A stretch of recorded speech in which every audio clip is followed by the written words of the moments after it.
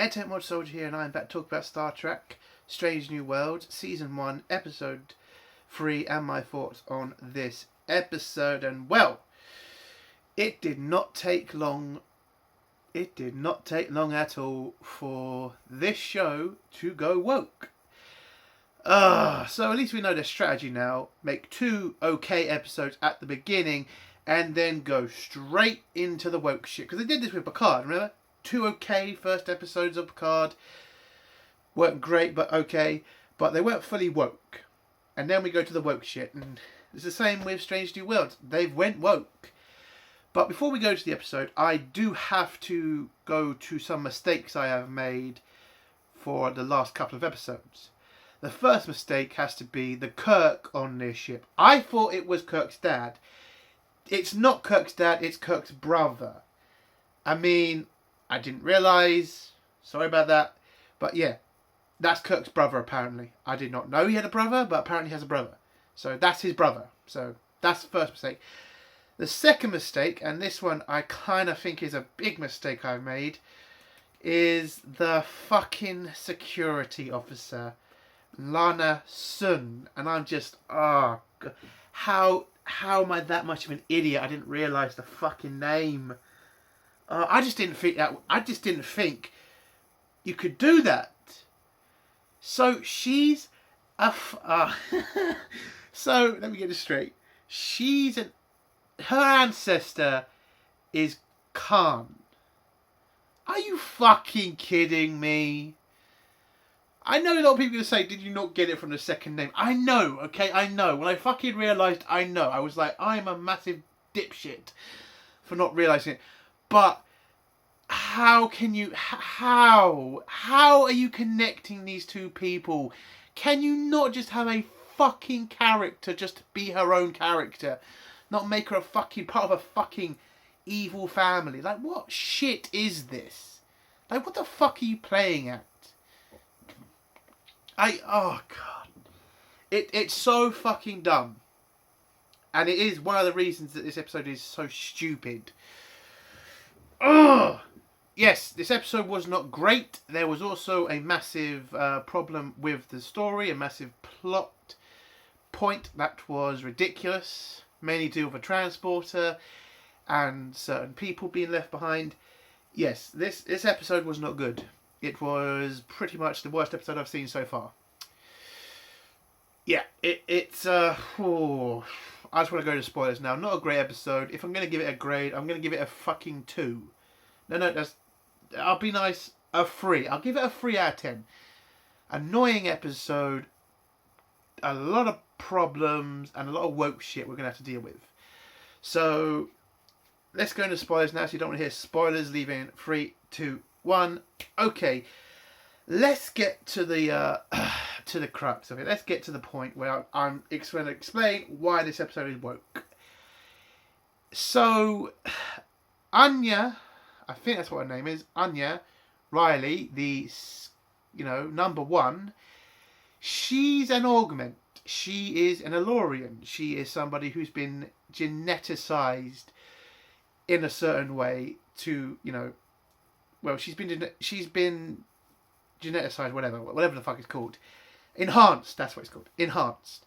And you're not allowed to be enhanced in Starfleet for many fucking reasons.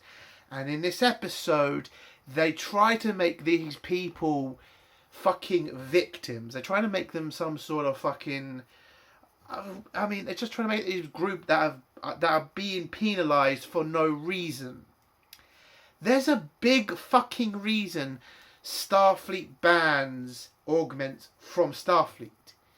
Now, we've had this sort of episode before in Deep Space Nine with Dr. Bashir, done in a fantastic way and explained amazingly why augments are banned and why Bashir was allowed to stay in Starfleet. They did it fantastically. In this episode, it's fucking garbage how they explain this. It's fucking garbage how they let her get away with this.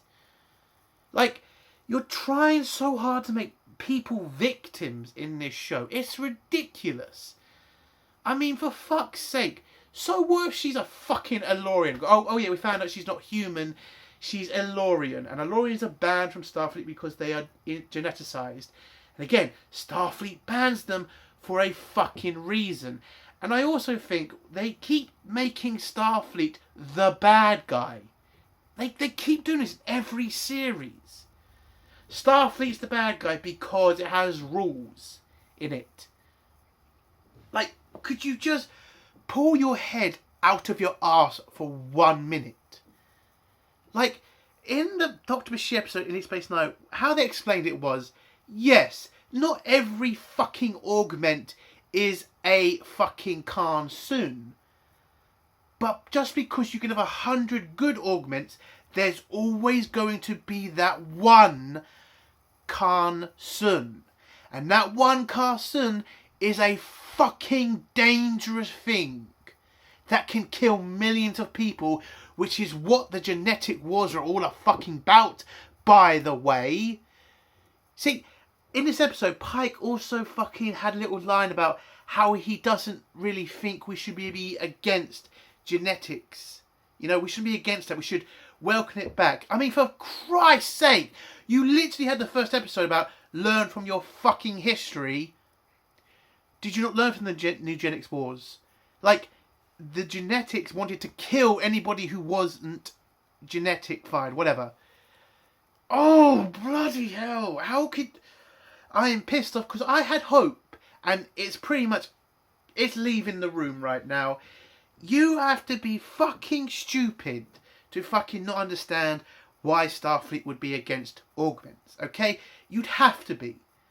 You know the history. You know how many people died. This nearly killed humanity, the genetics war. Nearly killed us.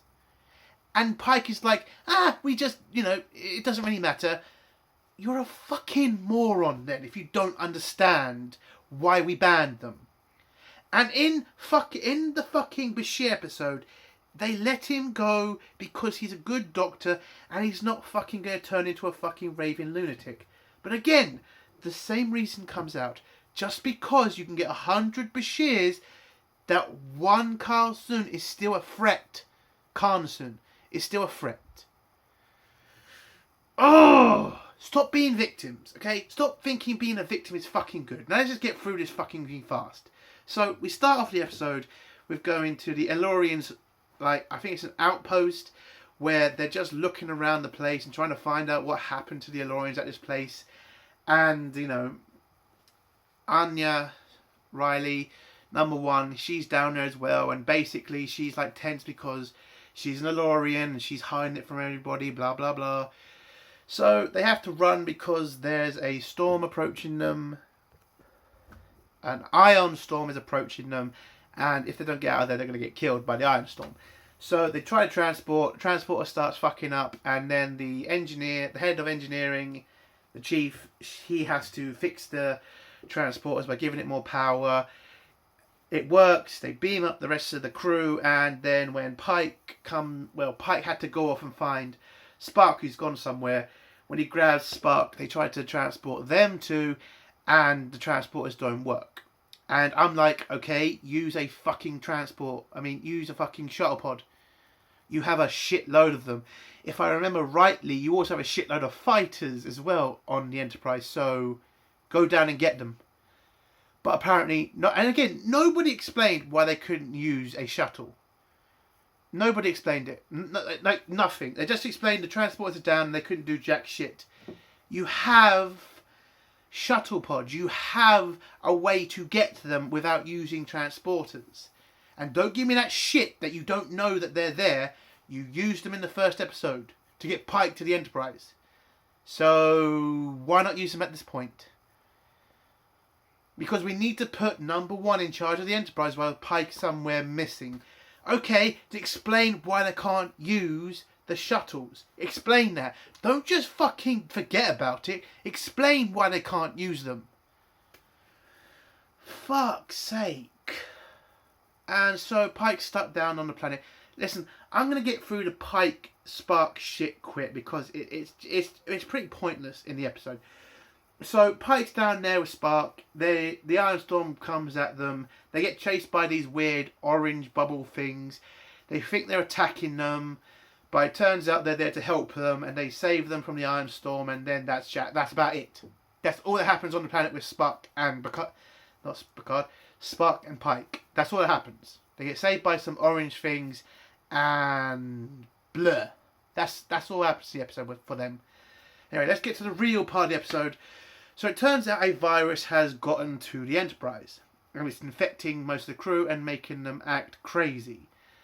And what they're doing is they're trying to get to light, because apparently light turns them on. I'm not taking the piss. That's pretty much how they explained it. It turns them on, and they want their light as its addiction to them.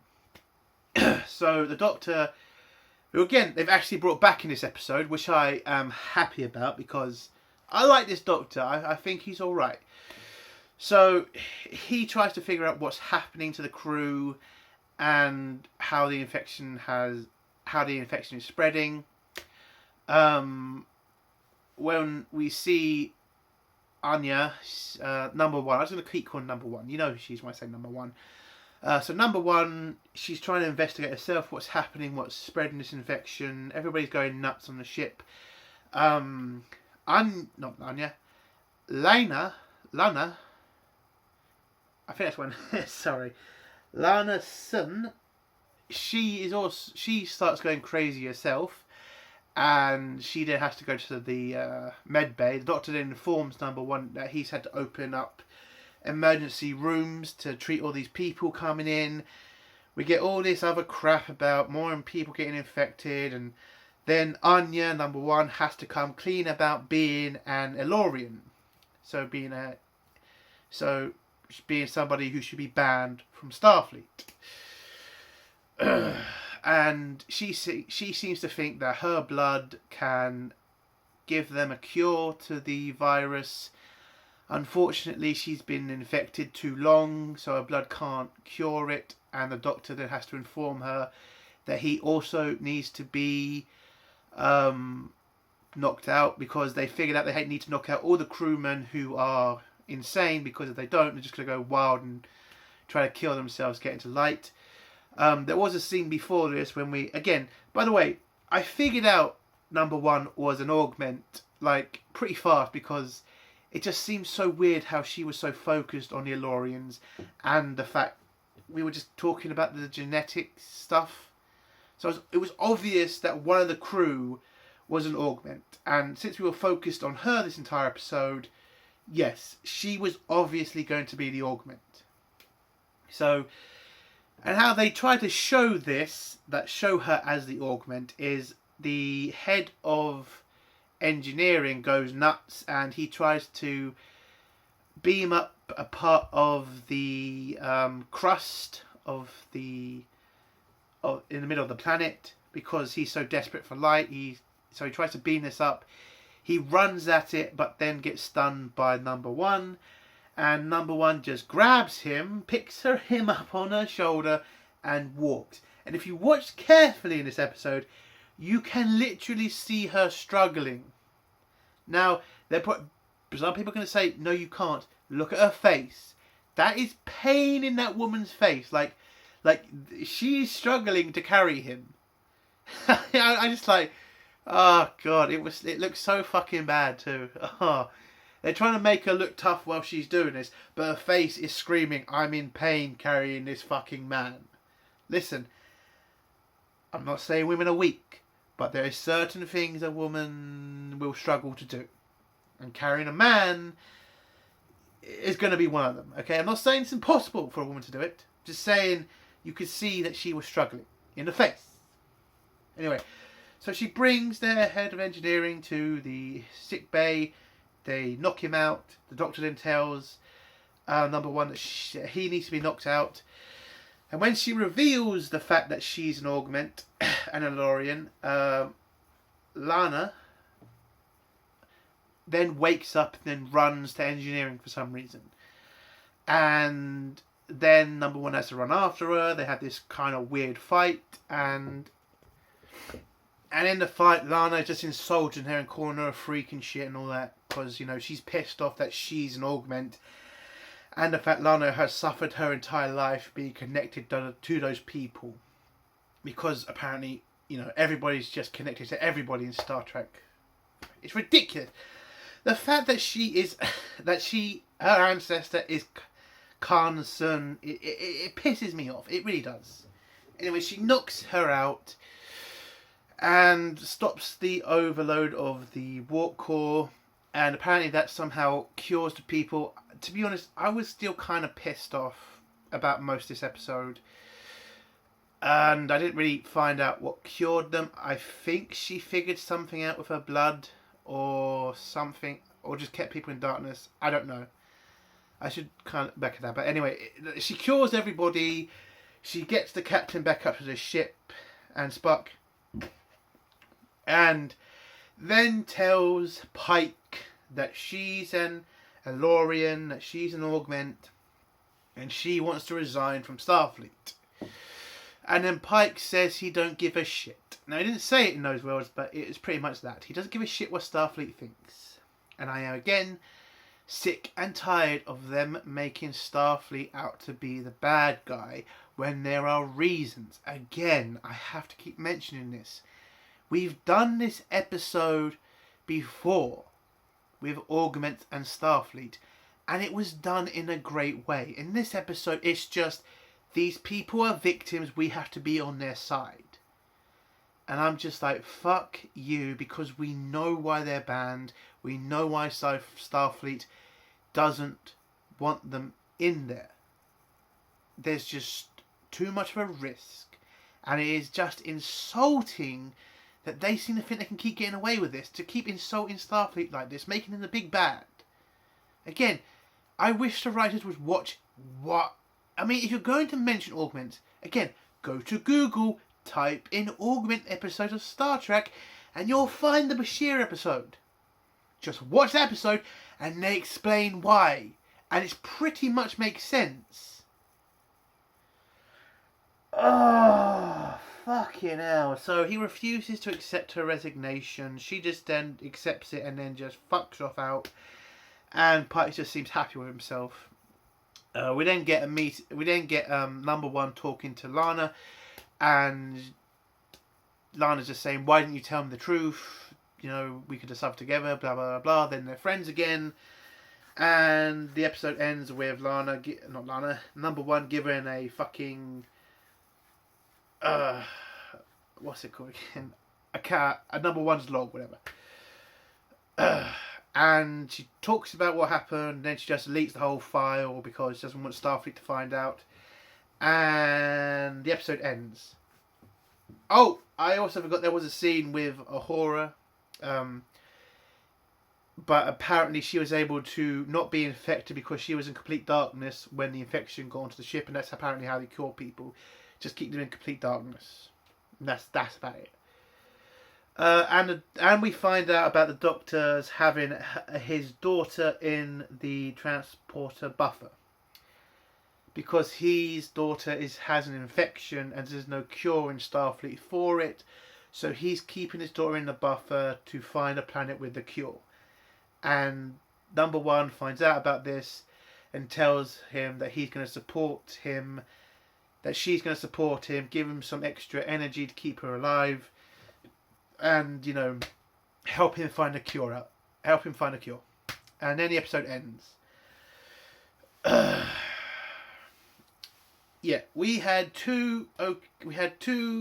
Okay, one was great and one was okay. We're now back into Kurtzman Trek. The victim woke bullshit. It seems to be that's what they're doing now. They want to have two good episodes, and then we go through the woke shit. Because, God, I had hope for this fucking show. I really fucking did. So, yeah, my score out of 10 is going to be 3. I am pissed off. I had hope for this show. Maybe we'll get a better episode next week. I doubt it, but, fingers crossed. And that's the end of my review. If you like this episode, if you like this review, give it a like. If you dislike this review, give it a dislike. And if you like my content, do think about subscribing. Hail the Phantom Menace, long live CG, and fuck SJWs. Bye.